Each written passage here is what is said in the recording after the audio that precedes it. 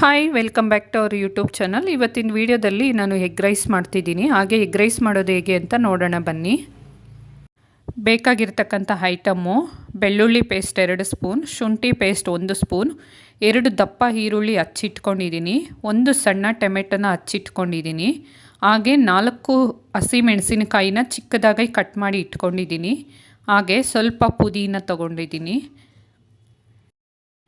2 table spoon ಧನಿಯಾ powder, 1.5 table spoon garam masala, 1 table spoon pepper powder, 1/2 table spoon ಅರಿಶಿಣ powder, ರುಚಿಗೆ ತಕ್ಕಷ್ಟು ಉಪ್ಪು, ಲವಂಗ ಪೌಡರ್, ಚಕ್ಕೆ ಪೌಡರ್, ಹಾಗೆ 5 ಮೊಟ್ಟೆನ ನಾನು ತೊಗೊಂಡಿದ್ದೀನಿ. ಒಂದು ಬಾಣಲೆಗೆ 1 ಚಿಕ್ಕ ಕಪ್ನಲ್ಲಿ ಎಣ್ಣೆ ಹಾಕ್ಕೊಳ್ತಿದ್ದೀನಿ. ಎಣ್ಣೆ ಬಿಸಿಯಾದ ನಂತರ ಹಚ್ಚಿಟ್ಕೊಂಡಿರ್ತಕ್ಕಂಥ ಈರುಳ್ಳಿ ಹಾಕ್ಕೊಳ್ತಿದ್ದೀನಿ.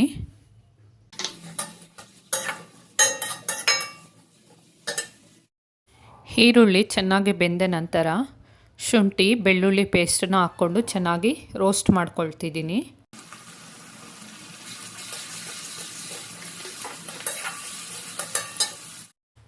ಹಾಗೆ ಹಸಿಮೆಣಸಿನಕಾಯಿನ ಹಾಕ್ಕೊಳ್ತಿದ್ದೀನಿ.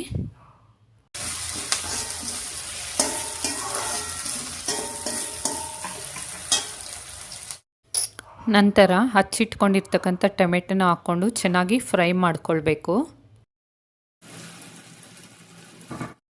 ಟೊಮೆಟೊ ಬೆಂದ ನಂತರ ಧನಿಯಾ ಪೌಡರ್, ಗರಂ ಮಸಾಲೆ, ಅರಿಶಿಣ ಪುಡಿ, ಉಪ್ಪು, ಪುದೀನ ಮತ್ತು ಚಕ್ಕೆ ಲವಂಗ ಪೌಡರ್ನ ಸೇರಿಸ್ಕೊಂಡು ನಾನು ಚೆನ್ನಾಗಿ ಫ್ರೈ ಮಾಡ್ಕೊಳ್ತಿದ್ದೀನಿ. ಈಗ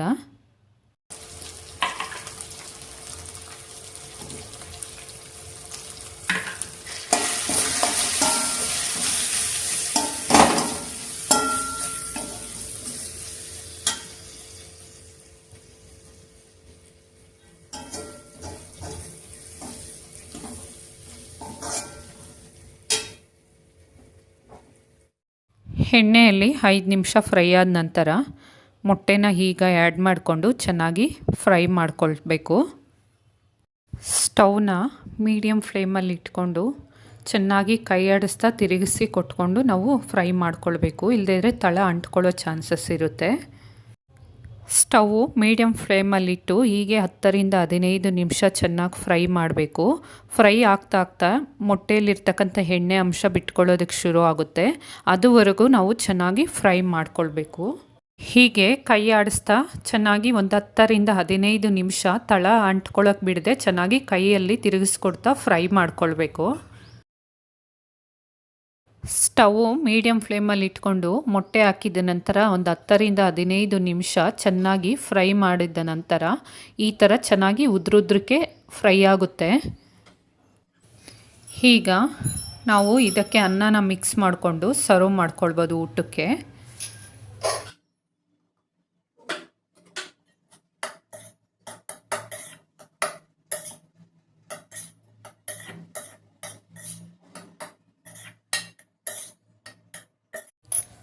ಈಗ ಬಿಸಿ ಬಿಸಿಯಾದ ಎಗ್ ರೈಸ್ ರೆಡಿ ಆಗಿದೆ.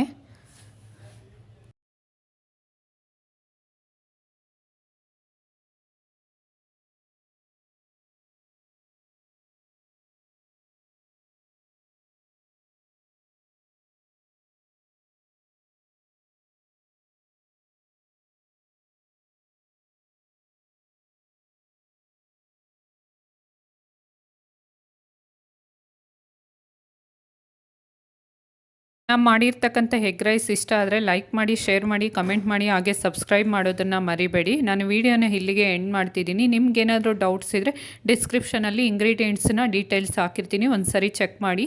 ಹಾಗೆ ನೆಕ್ಸ್ಟ್ ವಿಡಿಯೋ ಜೊತೆ ನಿಮಗೆ ಸಿಗ್ತೀನಿ. By friends.